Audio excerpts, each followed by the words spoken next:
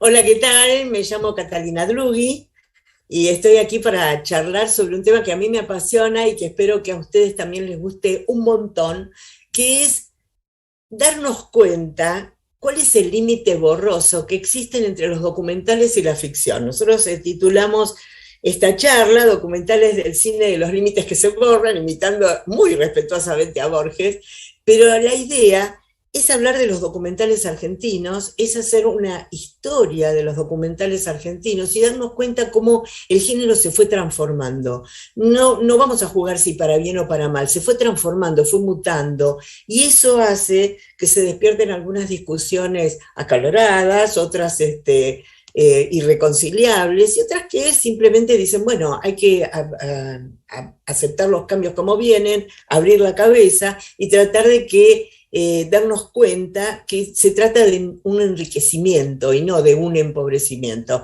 Para hablar de los documentales, para comenzar hablando de los documentales, yo elegí tres documentales porque me parece que en la Argentina, cuando hablamos del género, uno puede convocar a un maestro fundacional que fue creador de escuelas de cine, nada menos, o puede convocar a un joven director que fue premiado precisamente en el Festival del Cine de las Alturas en el 2018, o podemos hablar de un señor que se dedicó a hacer lo que se llama, un subgénero que se llama etnobiografías, y que fue realmente excepcional, con una historia extraña, porque es un hombre que navegaba entre su formación en Estados Unidos y todo el material que desarrolló en nuestro país, un hombre que está fuera de cualquier moda y de cualquier onda y que está reconocido en el mundo entero, y que cuando murió dejó todos sus materiales nada menos que en Instituto Smithsonian.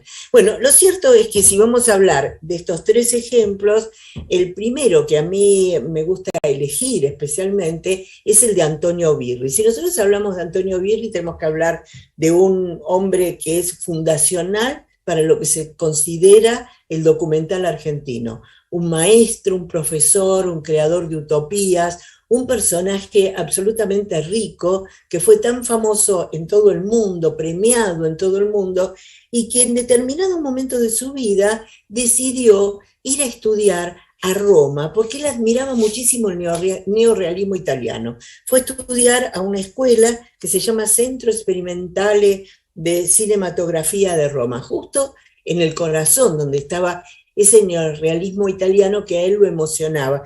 Él decía que lo que más le gustaba de esas películas era la ternura que despertaban, la ternura hacia esos personajes, hacia esos hombres y hacia esas vidas.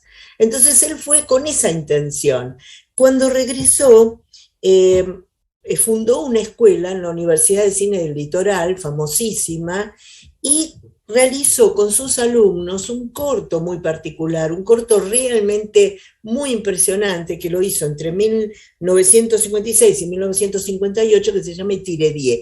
Tiredier es la expresión que usaban unos nenitos de una población, de un asentamiento muy pobre, cuando pasaba el tren, les pedía a los pasajeros que se asomaban y que los veían correr, les pedían unos céntimos.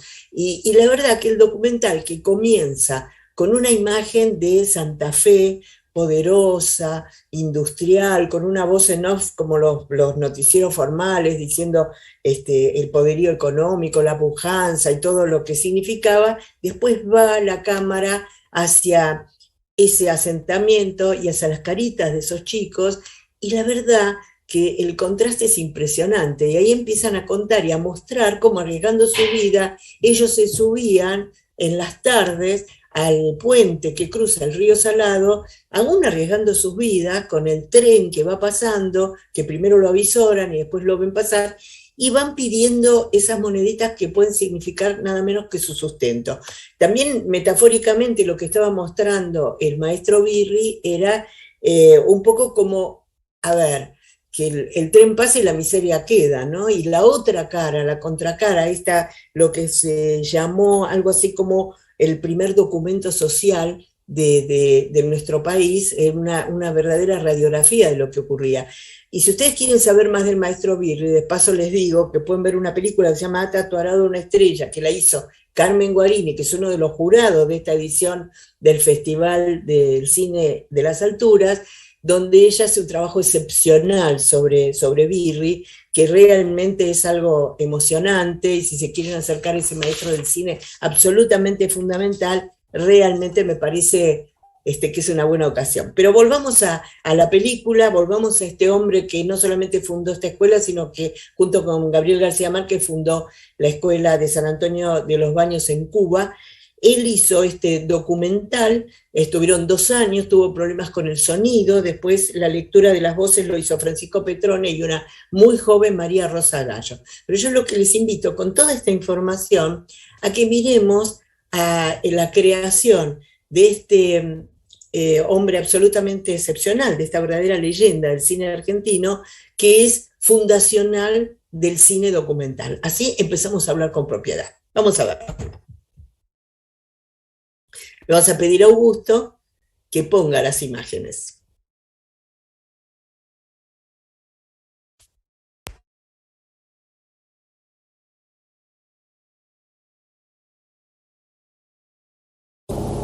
Mientras los pibes acuden para pedir una moneda al tren que a paso de hombre avanza por este puente de 2 kilómetros de largo.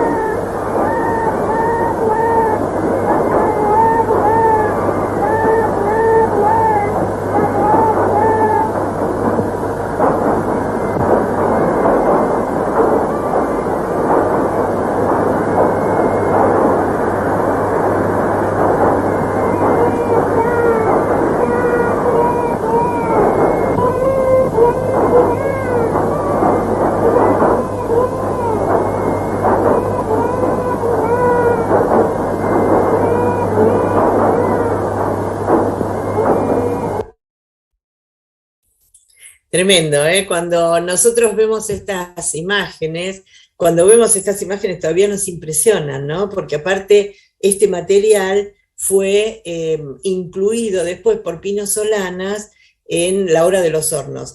Así que bueno, queríamos mostrarles esto porque todavía tiene una fuerza absolutamente impresionante, que no la va a perder nunca. Es un corto que fue premiado en el mundo y que quedó como ejemplo de cómo hacer un tipo de documental. Pero el tipo de documental ha mutado con el tiempo y por eso nosotros elegimos un documental que hizo Pablo Hernán Zubizarreta, que fue premiado en el 2018 en el Festival de Cine Internacional de las Alturas, con una película que se llamó No viajaré escondida, donde él hace una verdadera reconstrucción de una persona de cuya vida quedaron muy pocos rastros.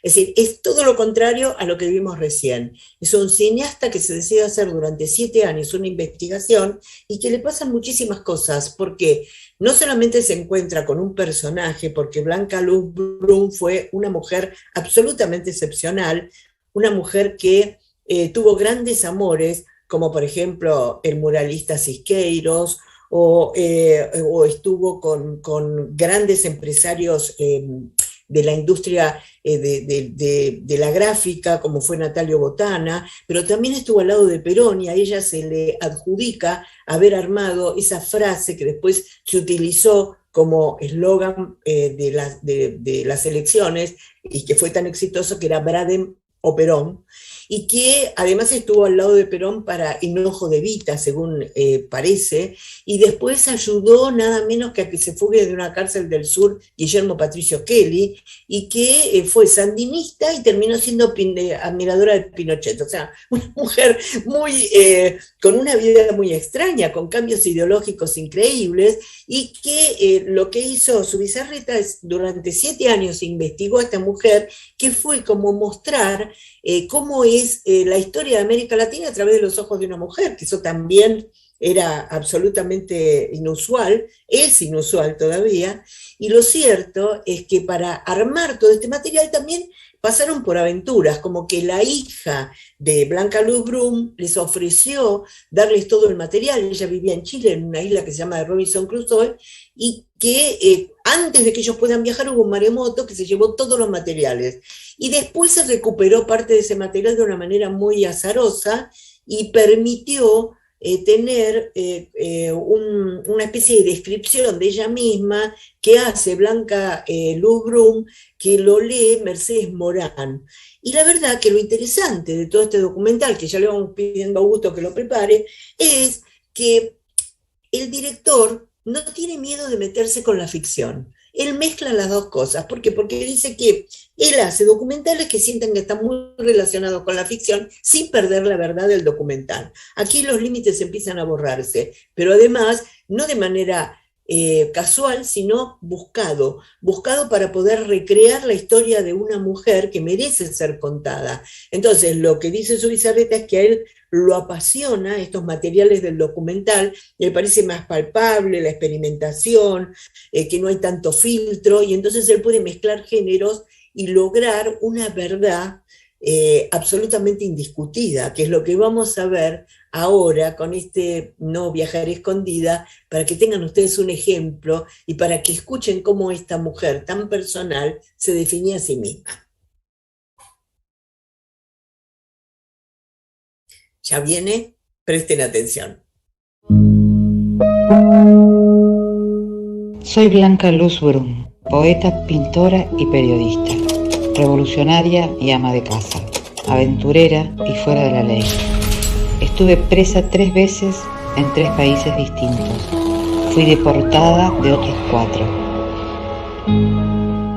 Pude ser Eva Perón, pude ser Frida Kahlo. Me casé 5 veces cuando no existía el divorcio. Fui madre de 4 hijos, pero ninguno pudo acompañarme en mi lecho de muerte. Atravesé Latinoamérica y al siglo XX. Todos hablaban de mí. Sin embargo, un extraño destino borró mis huellas para siempre. Hasta ahora. Son puras mentiras, inventaron. Estás perdiendo el tiempo haciendo una película sobre ese personaje.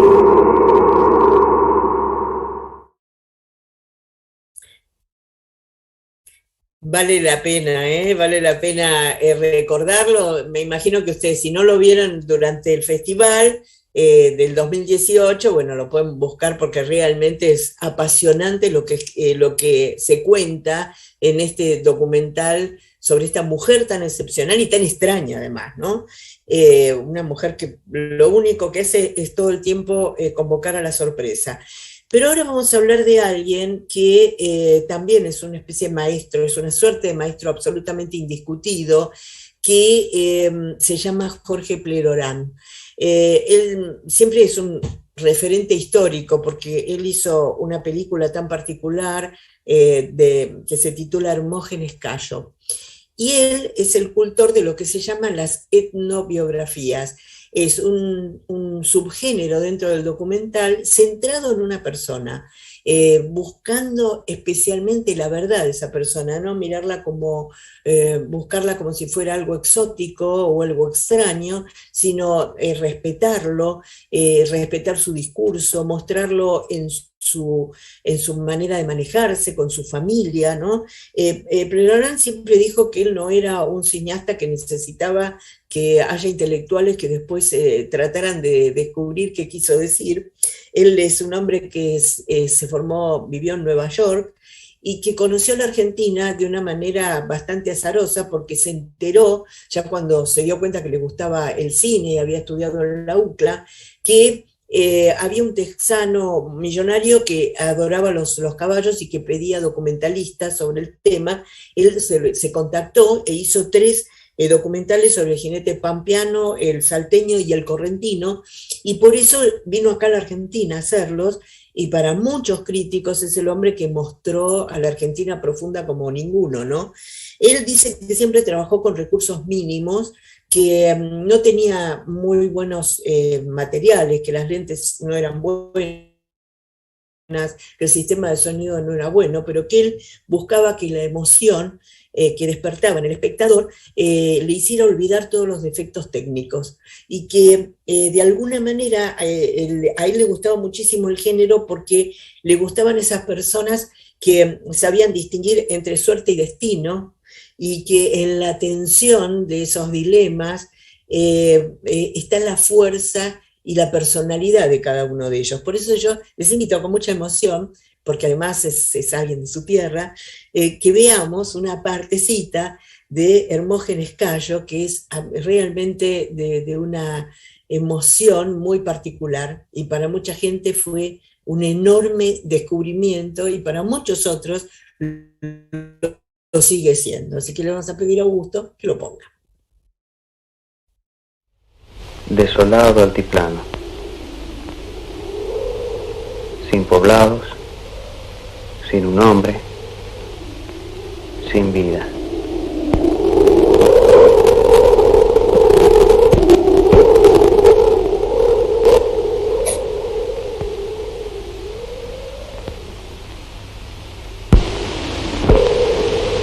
Se diría olvidado de Dios.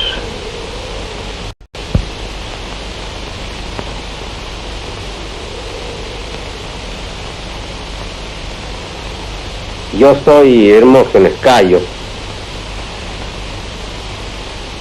tierra de mis antecesores, tierra cofrada de la iglesia, perteneciente todo esto a la redonda, no sé de qué tantos kilómetros a la vuelta, a Nuestra Señora de la Asunción de Casabindo y de Cochinoca. Aquí ni bien me levanto ver los quehaceres domésticos de mi casa. Ir a traer agua, eso.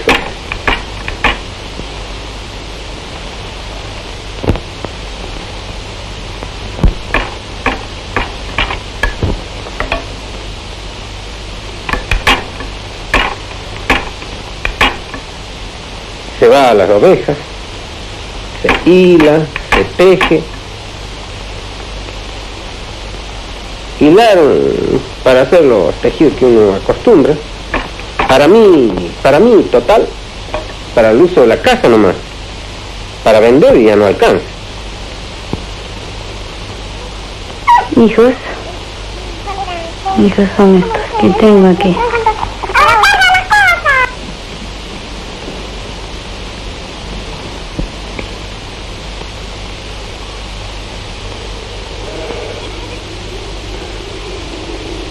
Mis ovejitas no alcanzan para comer, no hay carne.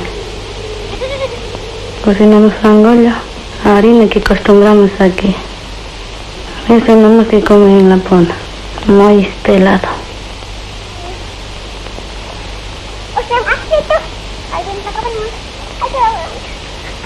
vamos ahora a casa lindo. Así, el tren te puede dar y no.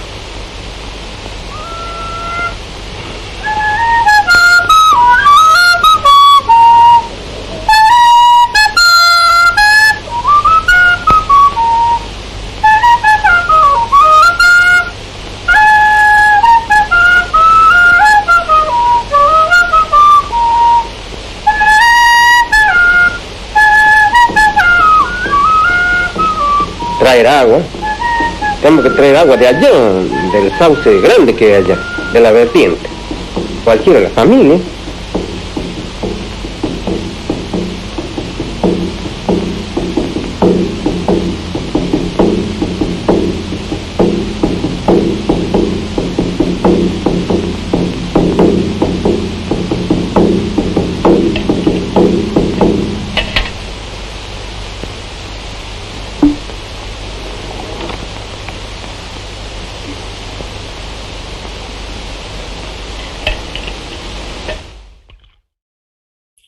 Bueno, y acá volvemos acá, un poco de emoción que provoca.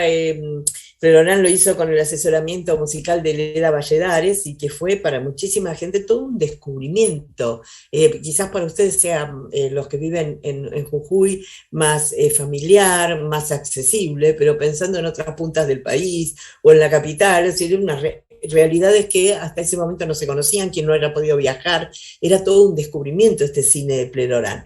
Pero quiero hacer un poquito de historia, un poco de historia de cómo llega, porque dentro de todo los argentinos tuvimos la suerte que ya en 1896 el descubrimiento de los hermanos Lumière ya se veía en el Teatro Odeón. Quiero decir que tardó muy poco en llegar este invento maravilloso que es el cine, ¿no? Pero además, una de las cosas más interesantes es que si empezamos a buscar, como un trabajo que hizo Carmen Guarini, cuáles fueron los primeros rastros de fílmicos o de documentales, en 1897 Eugenio Pi filmó a la bandera argentina flameando en el mástil de la Plaza de Mayo. Y se considera ese como el primer material cinematográfico que existió. Y después hubo en 1898 documentales científicos. Hay un doctor que se llama, famosísimo porque hay un hospital con su nombre, Alejandro Posadas. En 1900 empezaron los primeros noticieros, que lo hizo también Eugenio Pi. Hay un registro de una visita de un presidente de Brasil, donde se ve a Roca y también se ve a Mitre.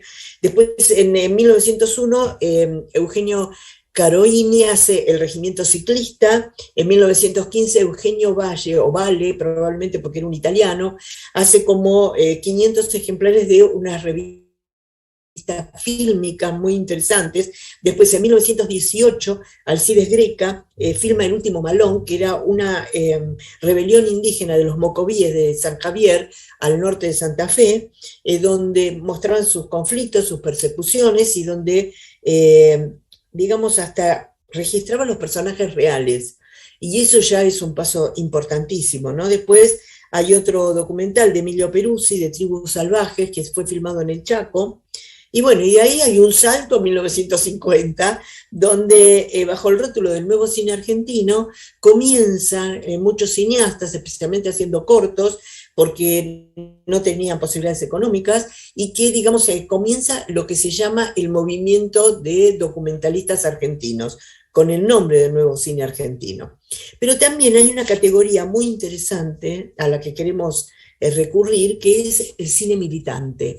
O sea, ese cine hecho especialmente para transmitir una ideología como arma de educación ideológica. Y si tenemos que hablar de eso, tenemos que hablar de La Hora de los Hornos, que eran 264 minutos que hicieron Pino Solanas y Octavio Getino, y que realmente eso formó parte de lo que se llamó el nuevo cine latinoamericano, y a su vez ellos formaban el grupo Cine Liberación. Lo que cuenta Pino Solanas, que después de una vida murió de COVID, pobre, en Francia, pero después de una vida muy intensa, donde él fue documentalista y donde tuvo una carrera política y donde tuvo idas y vueltas con la ficción y demás, también en la última etapa de su vida hizo montones de documentales, hizo Oro Impuro, Oro Negro, el fracking, los pueblos fumigados, realmente trabajos muy fuertes, porque él consideraba que el cine documental partía de un compromiso político, donde uno, en la tradición de Birri, transmitía esas ideas, y que lo más importante era eso, no tanto el guión como lo que se filmaba, y que después se terminaba de redondear en el momento de la compaginación. Él cuenta que tenía una actividad en la publicidad muy interesante, hasta que se dio cuenta que tenía 30 años, que quería hacer algo distinto, liquidó esa compañía que tenía, que era muy exitosa, y empezó a viajar y a relacionarse con otros jóvenes con las mismas inquietudes, y lo que se dieron cuenta en la época de la Revolución Libertadora, junto con Getino, que era un poco más joven que él, y la idea de rescatar al peronismo, que en ese momento estaba súper prohibido, no se podía ni siquiera nombrar a Perón, y mostrarlo también en el exterior, porque se tenía la idea de que era un nuevo fascismo, entonces querían revertir esa idea. Y por otro lado, él lo sintió como que ese grupo que se armó de cine de liberación era la expresión de la revelación de una generación. Él mismo me contó personalmente que cuando se sacaban fotos, utilizaban las cámaras, se las ponían de tal manera que parecían armas, porque precisamente en la primera declaración pública que hizo el grupo de cine Liberación, decía que el cine era un arma político-cultural, que esa era la idea. Y durante mucho tiempo la Hora de los Hornos estaba prohibida, hasta el año 1973, solamente se podía dar de manera clandestina, se daba en unidades básicas, en bibliotecas, en casas particulares. Yo me acuerdo haberlo visto en una casa particular, invitada y con temor, porque era una película prohibida y porque era asomarse a una realidad distinta, ¿no? Él dice que le preguntaron si esa manera de fragmentar la historia la había tomado de su experiencia con la publicidad, pero él dijo que en realidad se inspiró en el cine mudo, que se inspiró en el cine ruso y especialmente en el arte gráfico ruso. Y que además él tomó hacer esta película junto con Getino como si fuese un ensayo. Y que lo más importante era la expresión de las ideas, y que después recolectó material de noticieros, de compañeros, filmaron ellos mismos, y con todo eso armaron un material muy largo, muy extenso, que alguna vez él en broma dijo, hay momentos en que no se entendía nada, él mismo lo dijo en un reportaje, pero bueno, ese era el sentido de humor que tenía Pino Solanas. Por eso, si les parece bien, vamos a ver un poco de La Hora de los Hornos, esa película que quedó como emblemática de un cine militante.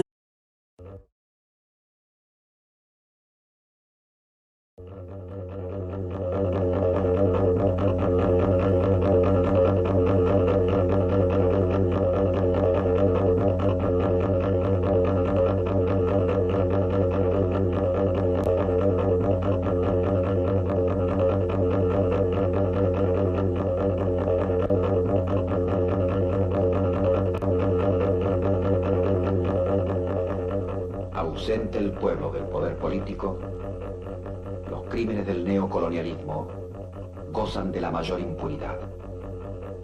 Ellos son la legalidad. El sistema se erige en único y absoluto ejecutor de la violencia. Todo el sistema segrega violencia. La violencia invade las calles, se introduce en las casas, penetra en la mente del hombre. Si el hombre se resiste, es golpeado o destruido. Si cede, ya no es hombre.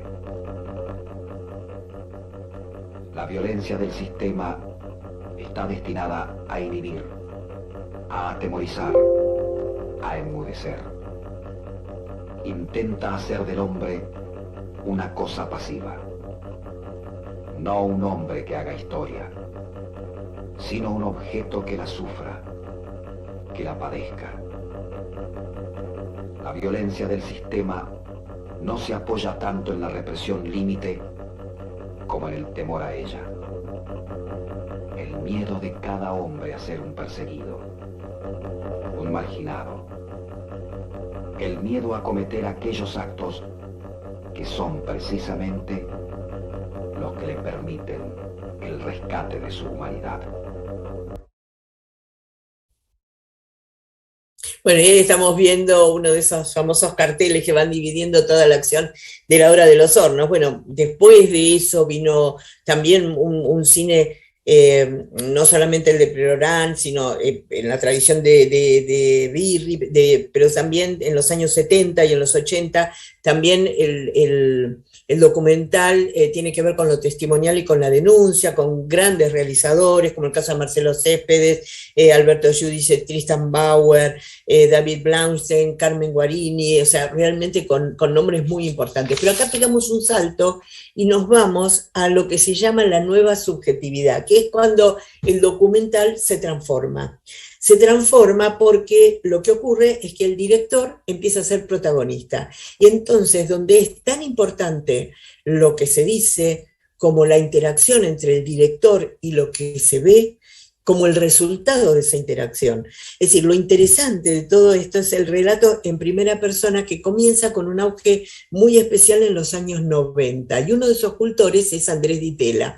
Andrés Di Tella, que cuenta que cuando él quiso hacer un documental contando lo que había pasado durante la época de la dictadura y de qué manera la cultura había estado juzgada y de qué manera sobrevivieron algunos, lo que le ocurrió a él es que él hacía extensos reportajes, pero por supuesto sacaba las preguntas, dejaba nada más que el testimonio y le pasó que mucha gente le contestaba los mensajes telefónicos, pero después se borraba, que fracasaba estrepitosamente a pesar de su insistencia en lograr esos testimonios, y que cuando cuando terminó ese trabajo, se dio cuenta que si le hubiese puesto la historia de su fracaso, hubiese sido mucho más ilustrativa para mostrar el miedo con que se vivió esa época que con lo que mostró realmente. Es como que llegó a la conclusión de que precisamente formar parte de todo el proceso de realización del documental de parte del director era también muy importante. Él también hace una serie de reflexiones que dice que aún para aquellos que son los cultores del cine, del cinema verité en Francia o del direct cinema, ¿no? Es decir, aquellos que decían que el documental tenía que tener la mayor pureza posible, que no haya ni siquiera indicaciones, ni siquiera preguntas con respecto a los protagonistas, dice, muestra una serie de detalles que hace que realmente frente a una cámara nosotros actuamos.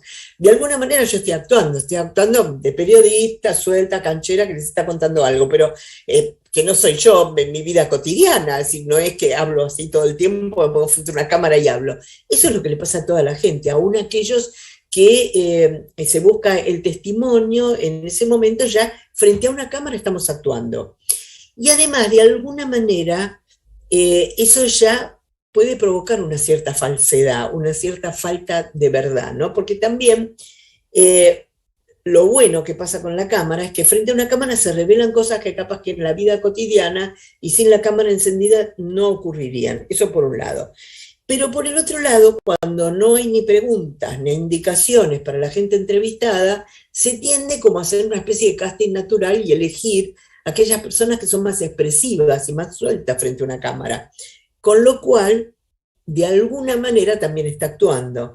Y cuando no se puede tener ni una voz en off, como decían los decálogos de ese cine verdad, de ese cine tan estricto para que el documental sea absolutamente verdadero, entre comillas, de alguna manera tenían que llenarlo con planos secuencias y con materiales que a lo mejor no correspondían a esa situación real.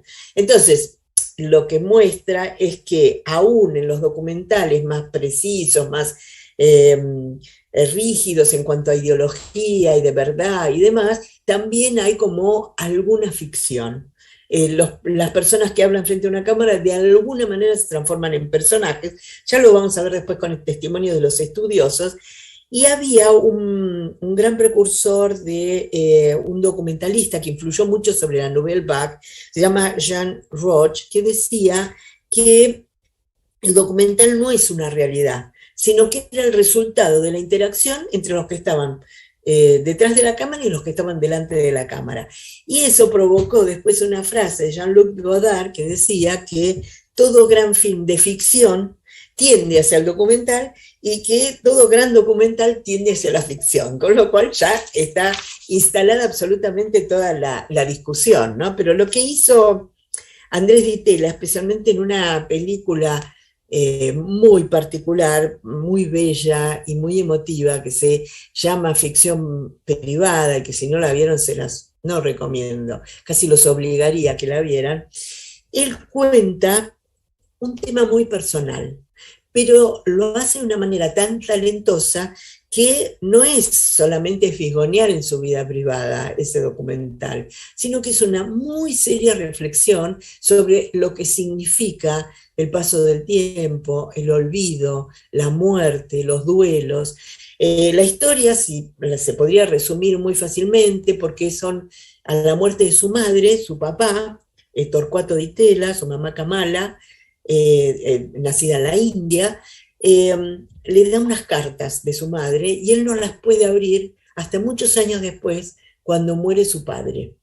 Y entonces lo que hace es poner esas cartas en el documental, leídas por alguien que fue contemporáneo a sus padres, como es el caso de Edgardo Kosarinsky, o si no, leídas por actores muy jóvenes, y el efecto que produce la lectura de esas cartas son realmente muy distintos, pero además hace toda una reflexión sobre fotografías que encuentran en la basura, aparece él con su propia hija, aparece el fantasma de su madre, como alguna vez se le apareció. La película es realmente muy especial y vamos a mostrar apenas un poquito de esas imágenes, un clima, casi como un clip musical de estas maravillosas ficciones privadas.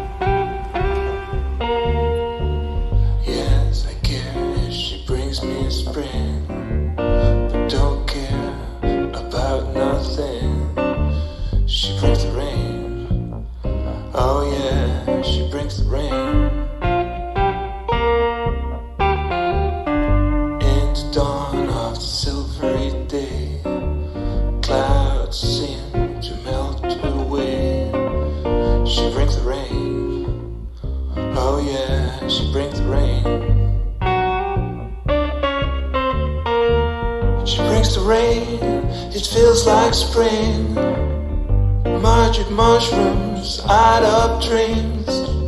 She brings the rain, oh yeah, she brings the rain.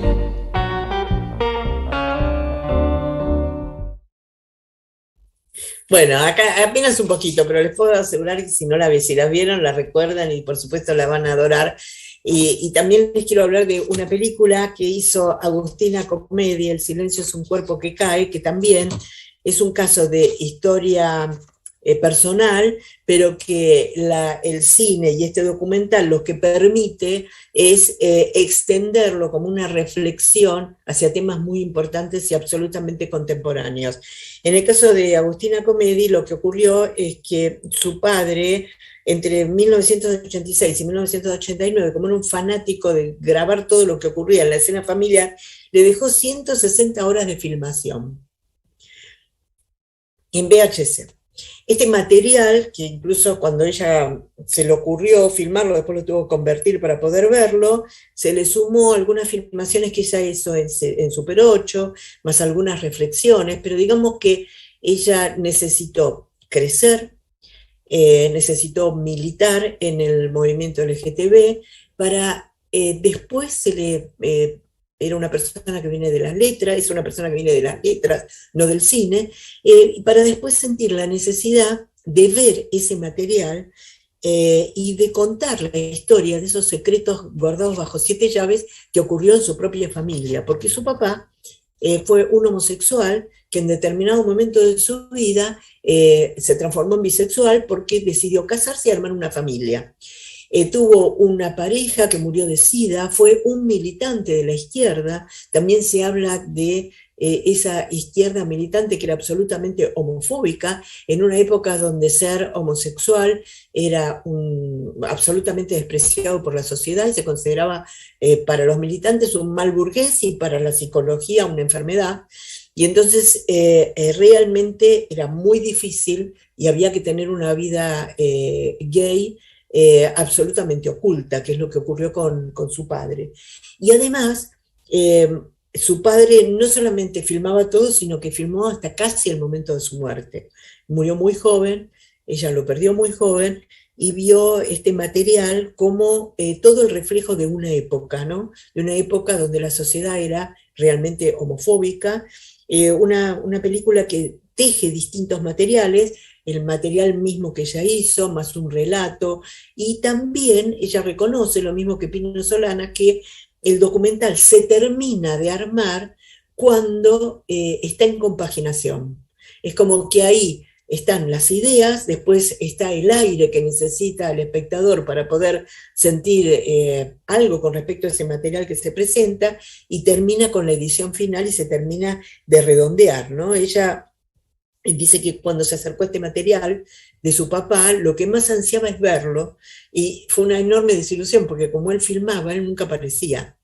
Entonces después se dio cuenta que en realidad encontraba su mirada y hasta los movimientos de su cuerpo. Y eso fue un descubrimiento absolutamente grato. Pero además hay cosas más maravillosas todavía, porque el cine muestra, las imágenes muestran cosas que se querían ocultar y que no se pronunciaban en palabras, pero que en las imágenes estaban, ¿no?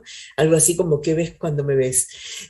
Pero bueno, vamos a ver un poco de El silencio es un cuerpo que cae, que es un documental también absolutamente excepcional.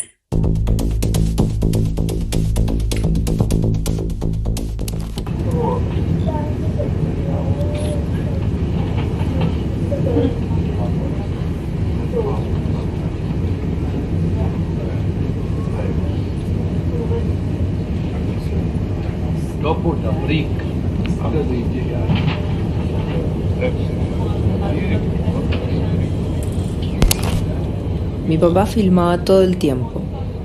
Cuando nací se compró una Panasonic y cuando murió en un accidente en enero del 99 tenía la cámara en la mano.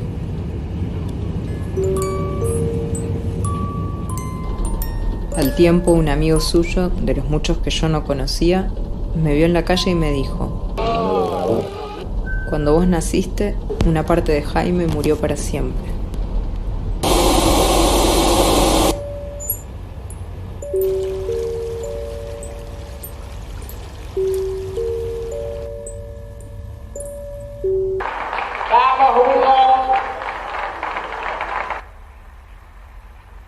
Él es Néstor, el de campera de jean, el obstetra, el testigo de casamiento de mis viejos, la pareja de Jaime por más de 11 años y después de eso su mejor amigo.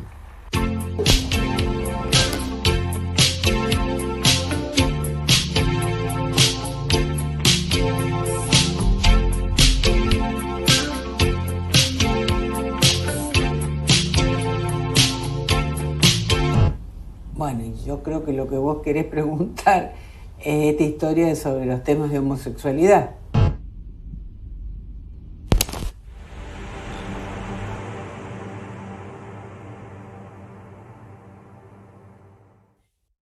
Bueno, fue una película que tuvo un recorrido internacional muy importante, una película premiada, realmente una película interesantísima, hablando de lo que significa esta nueva subjetividad y esta mezcla de documental y ficción con límites borrosos. Pero nosotros también queremos convocar a especialistas en el tema, como es el caso de Juan Pablo Russo, que es el secretario general de la Asociación de Cronistas Cinematográficos, para que nos hable de esta mezcla a estos límites difusos entre el documental y la ficción, si considera que es un paso adelante, si considera que es una moda. Esta es su opinión. Escuchemos con atención.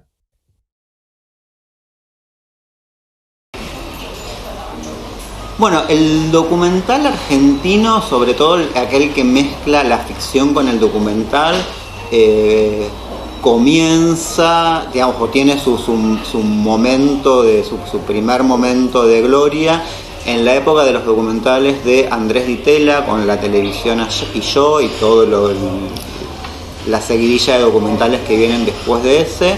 Y también, bueno, un documental icónico dentro de la filmografía argentina es el de Albertina Garri con Los Rubios, que es ahí donde se produce el verdadero quiebre entre el documental, que se mezcla ficción con documental, valga la redundancia, y donde también empieza a participar el director dentro de la historia, digamos. Comienzan los documentales en primera persona.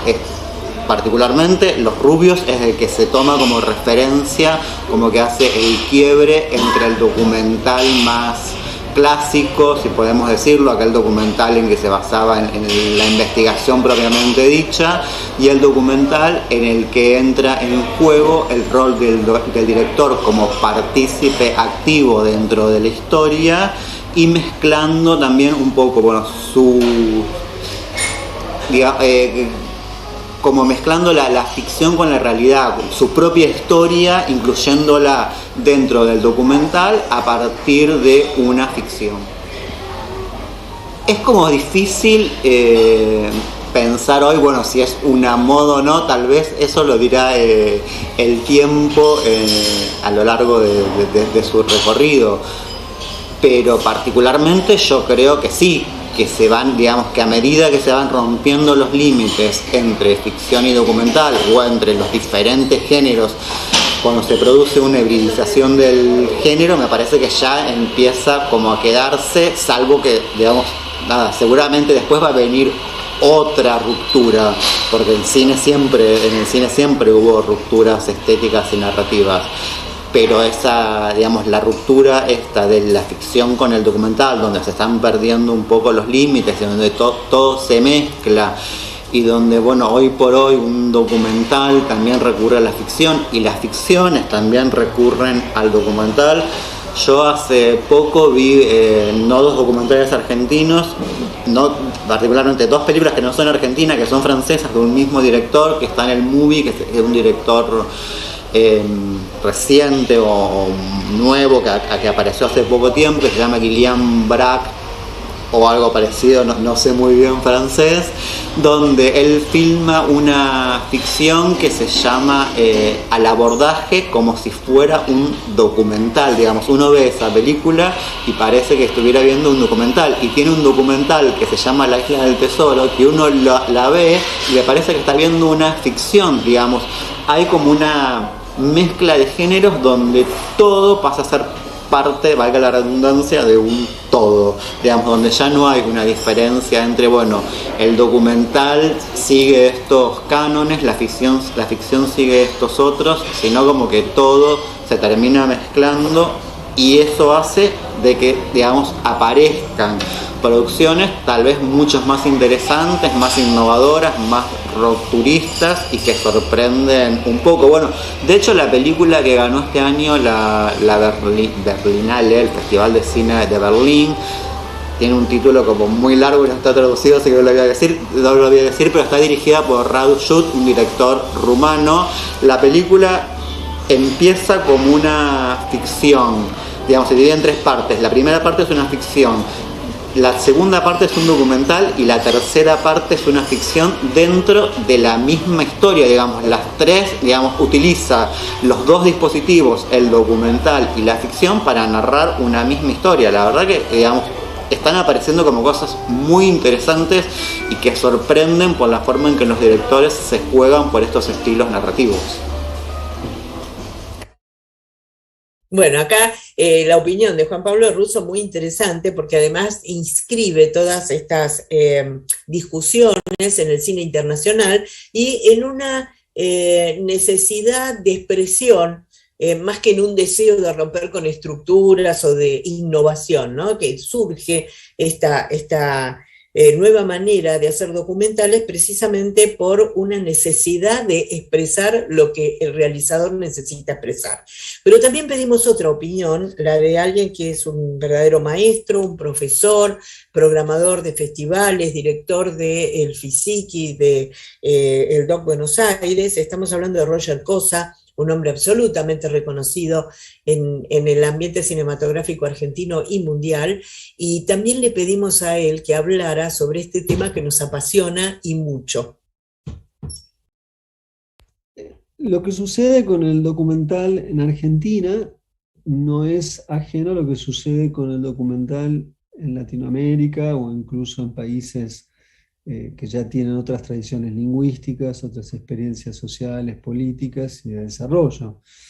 Porque en principio hay una relación muy cercana en la actualidad a los registros que se hacen con los teléfonos, que inmediatamente se dan a conocer en las redes sociales, en el que son registros en los que los usuarios están constantemente en una situación de filmarse y de mostrarse y de dar a conocer a veces hasta sus propias intimidades, sus estados de ánimo, sus percepciones sobre el mundo que los rodea, a veces del orden político, estético, lo que fuera.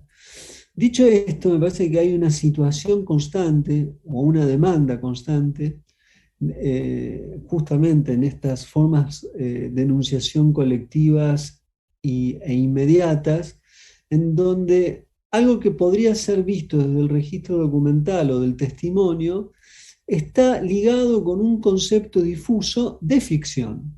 Es muy llamativo o muy simbólicamente importante que en gran medida las distintas plataformas, que puede ser sobre todo el Facebook y el Instagram, constantemente demandan, le piden al usuario y el usuario acepta completamente convencido que así debe ser, le demandan cuenta tu historia, contá tu historia, compartí tu historia.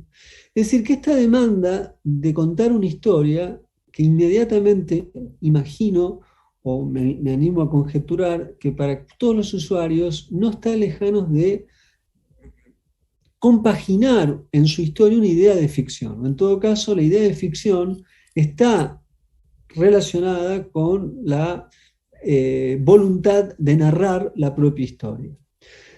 Y esta demanda, esta relación cotidiana, este imperativo de dar a conocer mi vida personal como si fuera un relato, se intromete, se inmiscuye al mismo tiempo en cualquier tipo de registro en un documental, puesto que aquel que está dispuesto a ser filmado inmediatamente también está dispuesto a que lo que es filmado se constituya en una posible historia.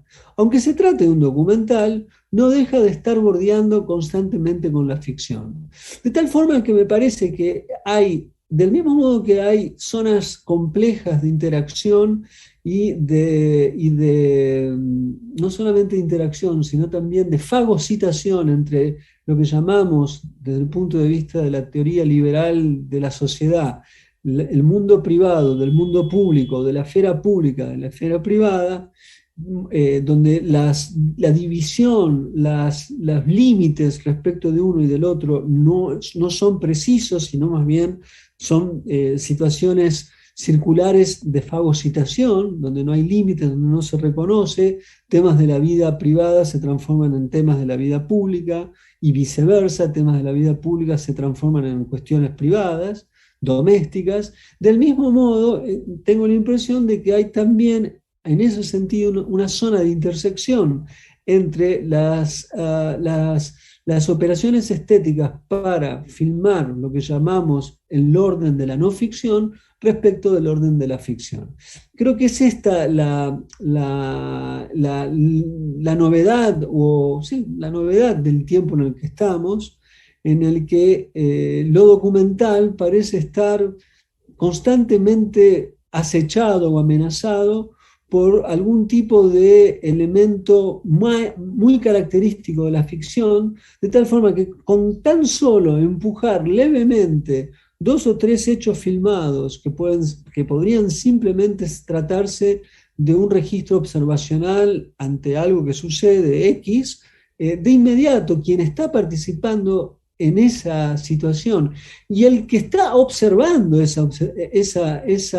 como espectador eventual de esa situación, de inmediato habrá un gesto o un hábito por parte de quien mira, de quien edita y quien participa como protagonista, en justamente, en vez de ser alguien, un hombre o una mujer o lo que fuera que ha sido filmado, ya ese hombre y mujer o lo que fuera, se siente no solamente un hombre, una mujer o lo que fuera, sino un personaje de un relato. Qué bárbaro. Bueno, acá lo que desarrolla Roger Cosa es como casi el meollo de la cuestión, que no solamente se puede aplicar a los documentales, sino también, se los digo por experiencia, al material que uno ve en los noticieros.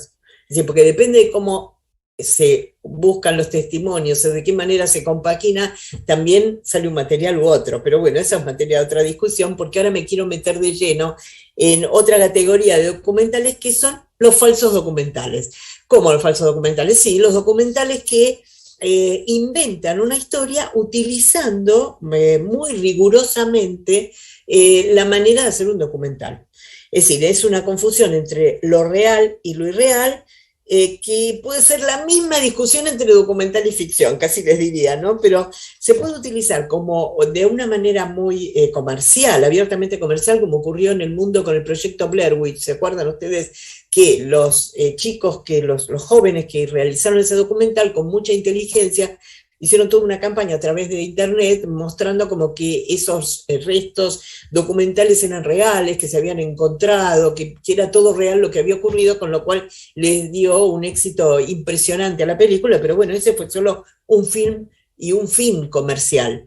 Pero si vamos a hablar de los falsos documentales, podemos hablar de Zombies en el Cañaveral, de Pablo Gembri, que es muy particular porque es una expresión de amor al cine muy importante, porque él inventa una historia que tiene que ver con la época de Onganía, con la época en que la censura era terrible, porque incluso en el documental él pone una de las últimas apariciones de Isabel Sarli hablando sobre la censura y de qué manera a ella y a Armando Bo los persiguió la censura, ¿no? Es decir, que dejaba jirones de películas directamente, a veces le cortaba prácticamente la mitad de la película. Había una versión que se daba en la Argentina y otra versión que se daba en el exterior, pero también se le ocurre, porque le gusta mucho la historia de género, él inventa una historia de un director que fue el precursor, que tuvo la idea de los zombies, y que esa película que fue prohibida y destruida y que solo quedó el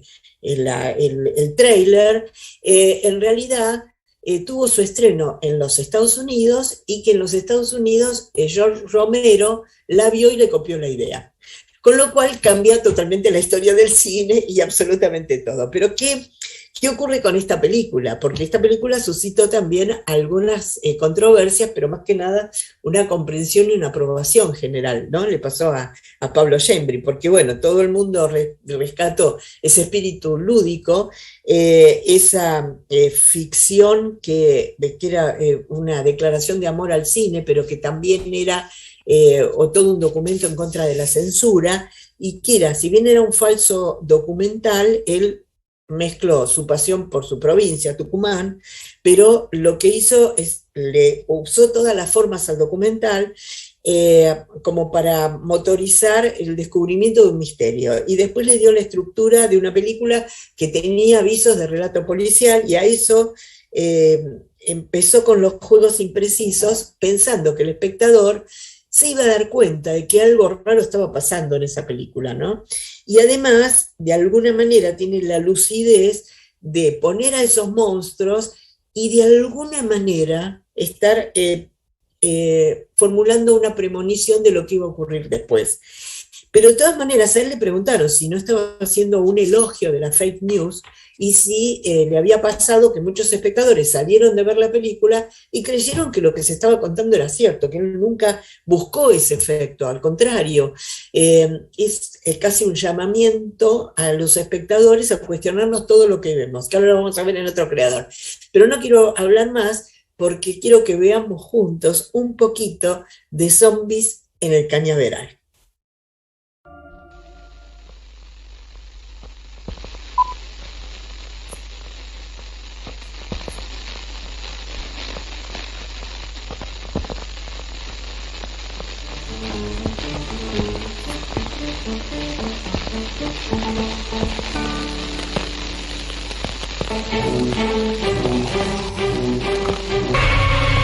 Zombies en el Cañaveral.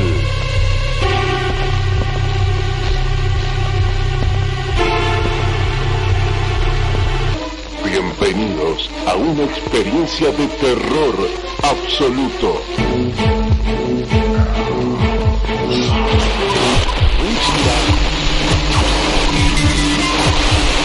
Pedimos a todas las personas que se retiren de las calles, que vayan a sus casas y tranquen bien puertas y ventanas. No sabemos qué tipo de asesinos tenemos entre manos.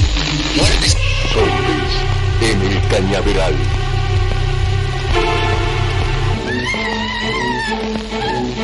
Los muertos han vuelto a la vida para devorarse a los vivos. Jamás has experimentado tanto horror. No vengas solo.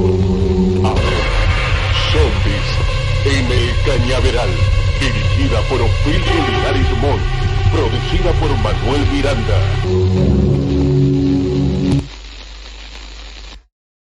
Bueno, eso era precisamente como el tráiler que se había rescatado de las garras de la censura, ¿no?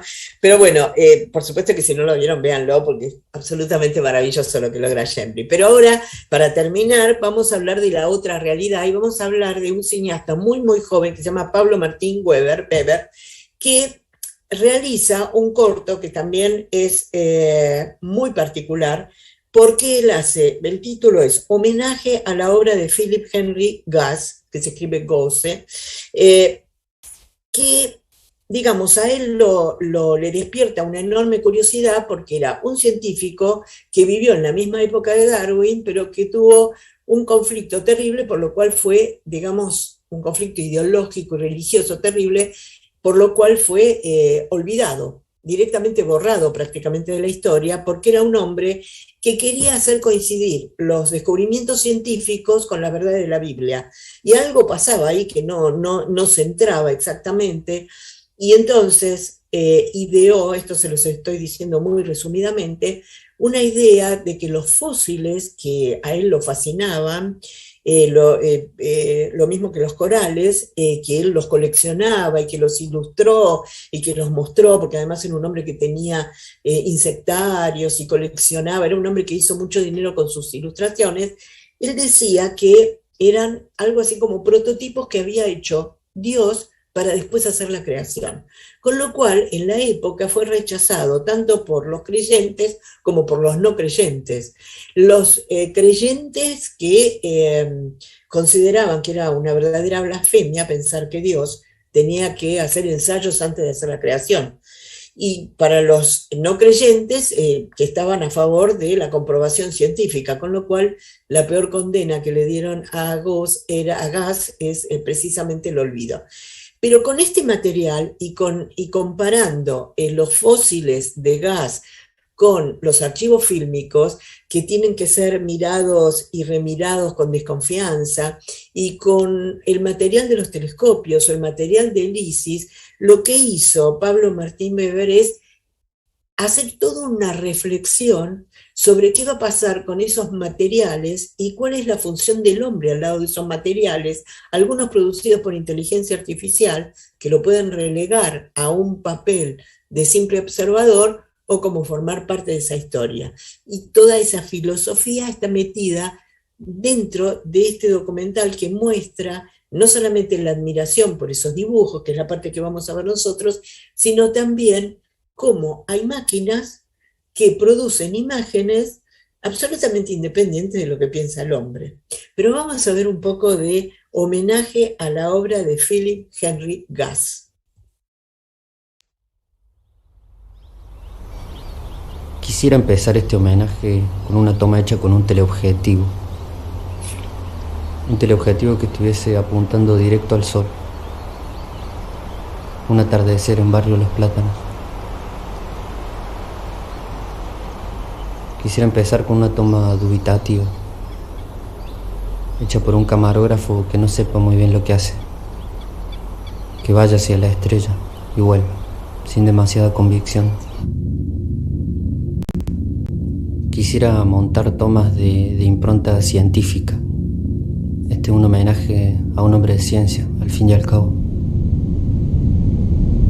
Los telescopios siempre me parecieron objetos muy melancólicos. Y es melancólico porque la máquina ve algo que nuestro ojo no puede, algo que antes no estaba ahí. Y ahora es peor. Los telescopios se convirtieron en máquinas probabilísticas. Almacenan tantos datos que la NASA no sabe cómo organizarlos, cómo discriminarlos, cómo almacenarlos. Un astrónomo hoy es alguien que escribe algoritmos, básicamente.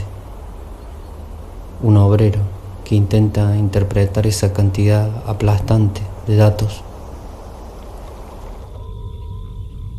Este es un homenaje a un hombre muy particular, Philip Henry Gass. Fue un historiador natural y un divulgador científico de la Inglaterra del siglo XIX. Era contemporáneo a Darwin. Y era íntimo amigo de Darwin.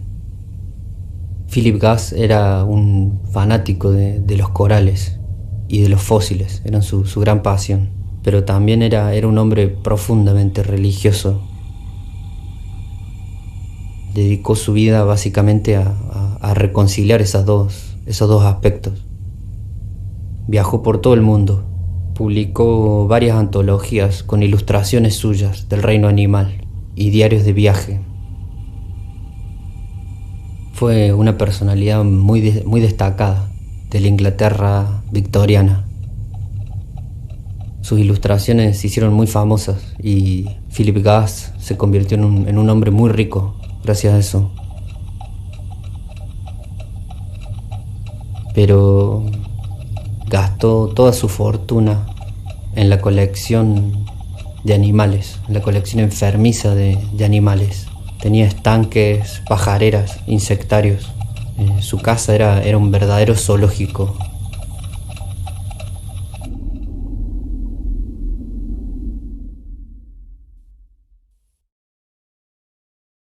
Bueno, ahí estamos viendo apenitas mirando un corto que también hay que ver, por supuesto, y estamos llegando hacia el final de nuestra charla con algo que ocurrió hace muy poquito, una última reflexión, que en el último Festival de Venecia, y es un material que ya se encuentra en Flow, que se puede ver, hicieron un corto que se llama Fellini Forward.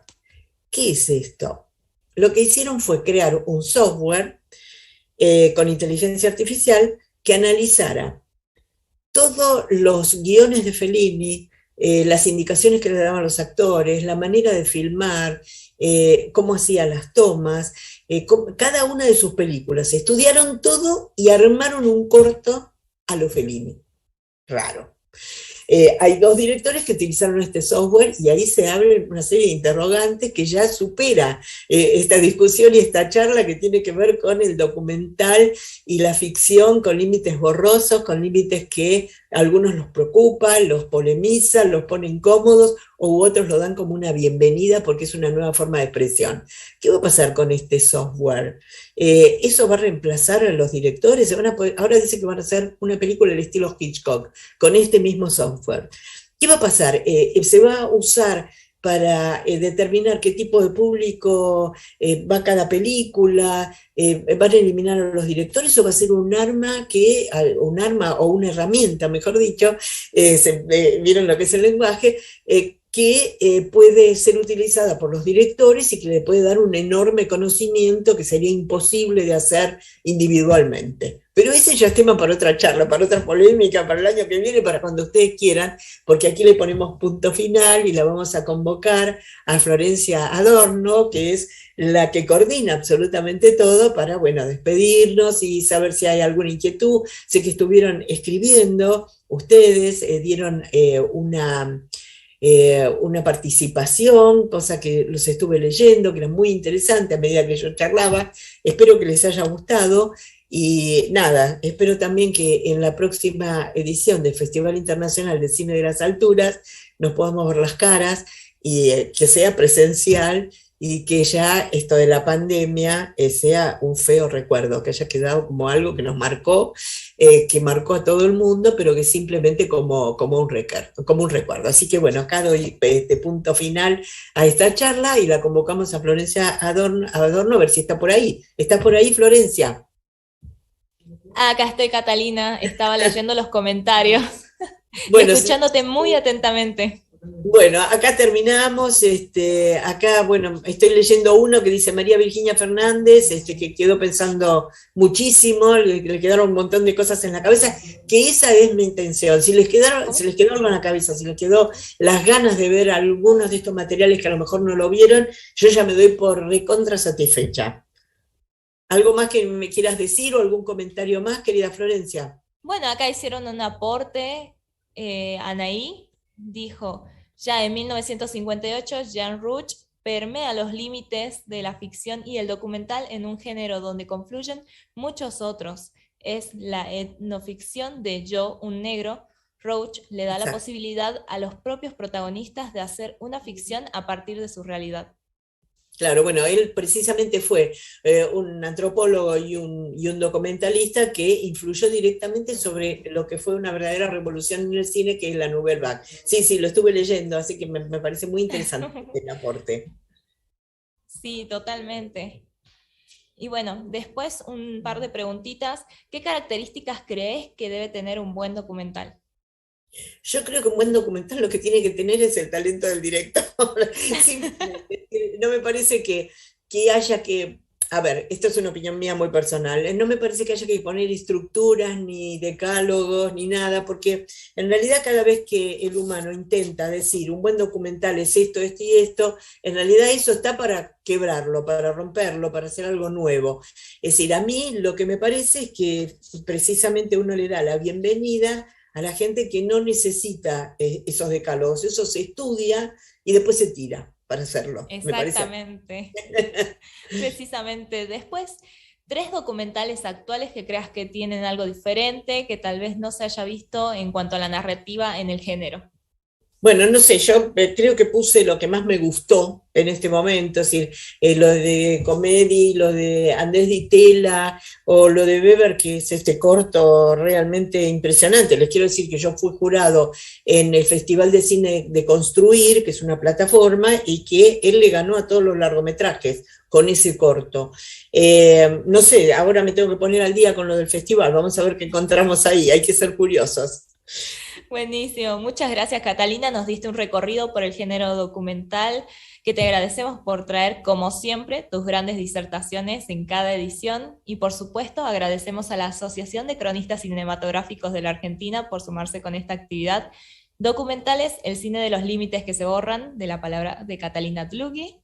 Los invitamos a todos a revivir esta y todas nuestras actividades en redes sociales, a seguir disfrutando de nuestra programación en esta 7ª edición del Festival Internacional de Cine de las Alturas. Muchas gracias, para mí fue un placer. Besos. El placer es nuestro, Catalina. Besos. Hasta luego, nos vemos pronto. Ojalá.